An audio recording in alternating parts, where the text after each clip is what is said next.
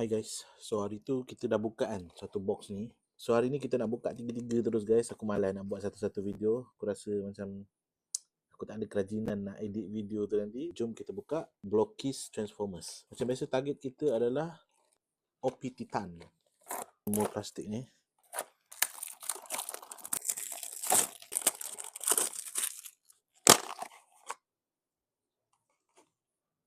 Dapat apa ni? Swindle. Please, OP Titan.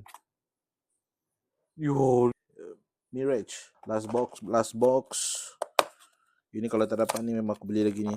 Ada tak ada yang tengok video ni yang dah dapat OP Titan? Please.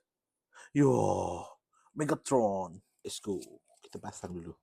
So kita dah siap pasang ketiga-tiga. So kita dapat Megatron, Mirage dengan Swindle. Megatron yang paling besar lah. Kau nampak ni? Besar gila guys. Boom. Lepas tu kita ada Mirage. Mirage ke Mirage? Oh, yang ni lawa. Yang ni antara yang paling cepat aku pasang Lepas tu kita ada Swindle.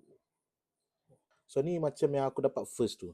So kita dah ada 4 semuanya. So ya, tunggu next video. Kita akan cuba lagi untuk dapatkan Optimus Prime Titanium. Kalau korang enjoy video macam ni, jangan lupa like dan follow guys Jumpa korang next video. Bye bye. Ciao.